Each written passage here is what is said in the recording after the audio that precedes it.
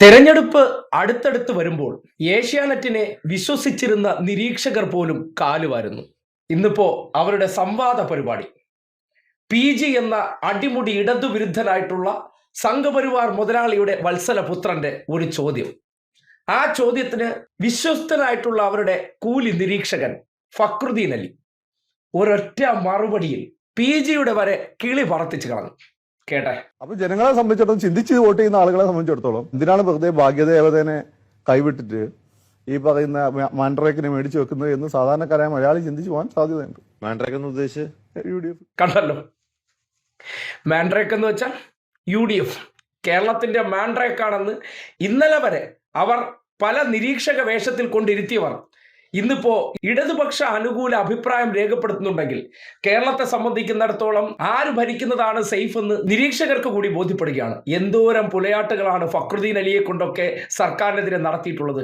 അതേ ആവേശത്തിലും അതേ ആഗ്രഹത്തിലുമാണ് UDFിൽ നിന്ന് പണം മുതലാളിക്ക് വാങ്ങിക്കൊടുത്തതിന് ശേഷം അവർക്ക് വേണ്ടി സംവാദ പരിപാടിയിലൂടെ മികച്ചതാണ്, ഗംഭീര കക്ഷികളാണ്, അടുത്തത് ഭരിക്കേണ്ടത് എന്തുകൊണ്ട് അവരാണ് എന്ന തരത്തിൽ ഏഷ്യാനെറ്റ് കാണുന്നവർക്കിടയിൽ ഒരു തോന്നൽ ഉണ്ടാക്കാൻ വേണ്ടിയുള്ള PR ടോക്ക് ഷോ ആയിരുന്നു.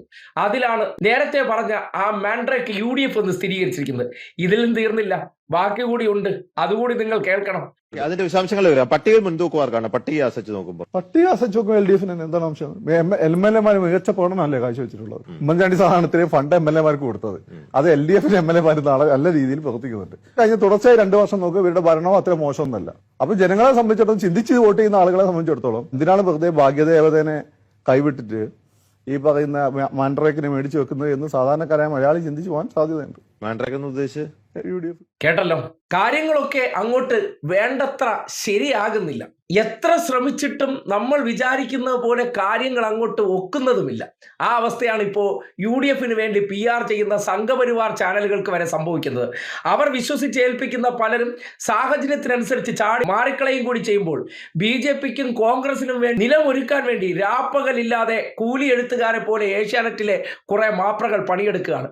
അവരുടെ പണി കൂടി വേസ്റ്റ് ആകുന്ന തരത്തിലേക്ക് നിരീക്ഷകർ തന്നെ കാലുവാരുമ്പോൾ വരും ദിവസങ്ങളിൽ പുതിയ പുതിയ അവതാരങ്ങളെ നിരീക്ഷക വേഷത്തിൽ കെട്ടിയിറക്കാൻ സാധ്യതയുണ്ട്.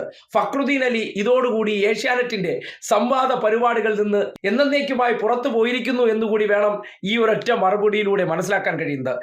ഞങ്ങൾ വിശ്വസിച്ച് ഞങ്ങൾ ഡീൽ ഉറപ്പിച്ചു കൊണ്ടുവരുന്ന ചില നിരീക്ഷകർ സമയത്ത് ചതിച്ചാൽ ഉണ്ടാകുന്ന അവസ്ഥ എന്താണെന്ന് ആ ദൃശ്യത്തിൽ നിന്ന് തന്നെ കൃത്യമായി വെളിവാകുന്നുണ്ട്. അതിന്റെ വിശദാംശങ്ങൾ വരാം. പട്ടിക മുൻതൂക്കുമാർക്കാണ് പട്ടിക അസച്ച് നോക്കുമ്പോൾ LDFിന് എന്താണ് അംശം? MLA-മാര് മികച്ച പ്രകടനമല്ലേ കാഴ്ചവെച്ചിട്ടുള്ളത്. ഉമ്മൻചാണ്ടി സാധാരണത്തിന് ഫണ്ട് MLA-മാർക്ക് കൊടുത്തത്.